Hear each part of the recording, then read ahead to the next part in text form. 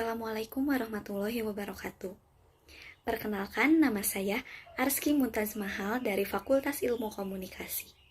Judul penelitian saya adalah Pola Komunikasi Humas Palang Merah Indonesia di Masa Pandemi.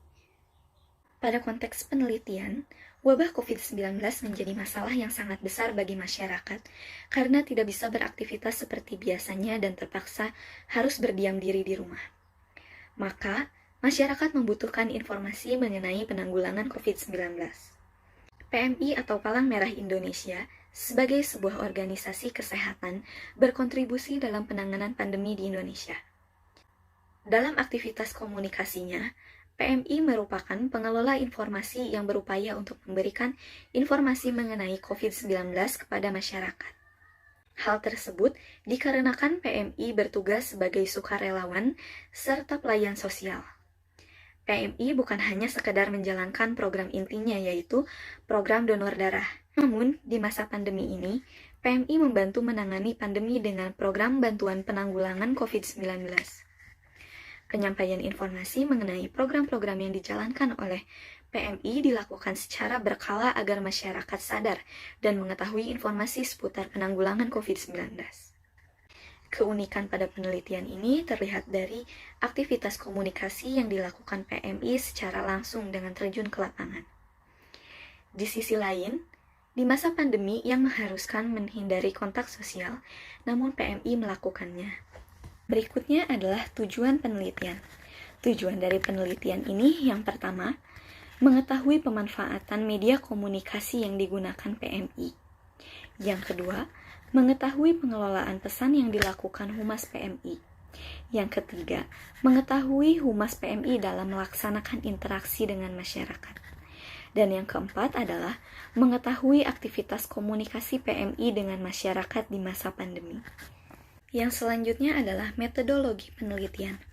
Yang pertama adalah paradigma konstruktivisme. Paradigma konstruktivisme ini digunakan karena penelitian ini memerlukan pengamatan terhadap perilaku sosial pada subjek penelitian.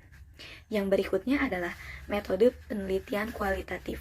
Metode ini dipilih karena penelitian memiliki keunikan dari permasalahan penelitian yang sudah dijelaskan pada sebelumnya. Selain itu, metode ini dipilih karena penelitian mengkaji dan menunjukkan pentingnya penelitian tersebut. Selanjutnya adalah pendekatan studi kasus.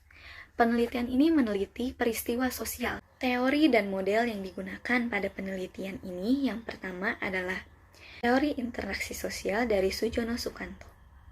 Menurutnya, interaksi sosial merupakan hubungan yang dinamis menyangkut antara hubungan antara orang per orang, antara kelompok manusia, maupun antara orang perorangan dengan kelompok manusia.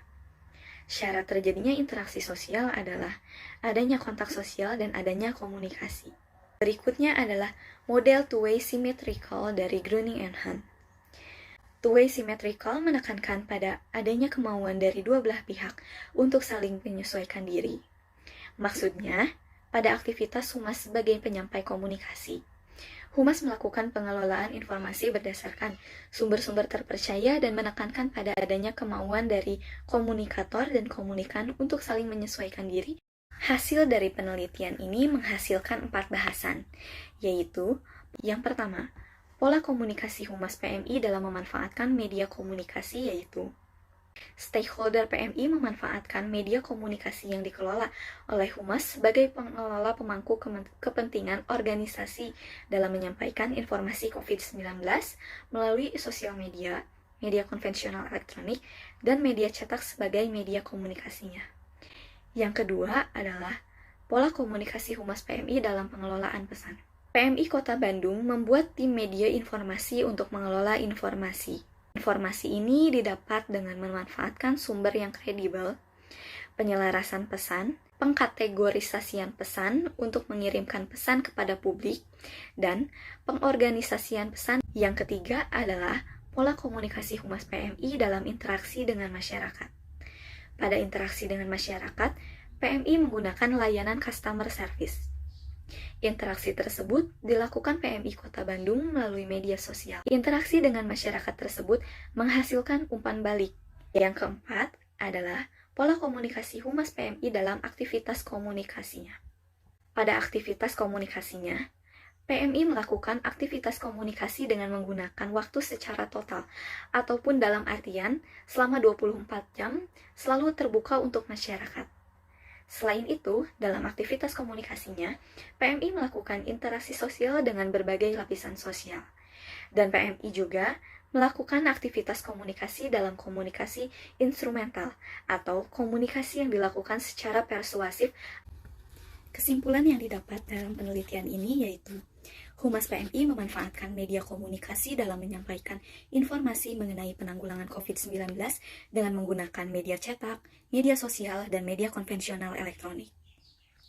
Humas PMI mengelola pesan dengan memperoleh informasi dari sumber yang kredibel, dengan menyelaraskan pesan, klarifikasi pesan, dan mengorganisir pesan.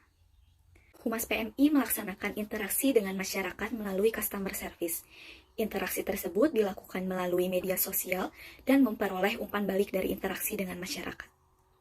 PMI melakukan aktivitas komunikasi dengan memanfaatkan waktu secara total. Selain itu, pada aktivitas komunikasinya, PMI melakukan interaksi dengan masyarakat dan melakukan komunikasi secara instrumental. Sekian yang bisa saya sampaikan. Terima kasih. Wassalamualaikum warahmatullahi wabarakatuh.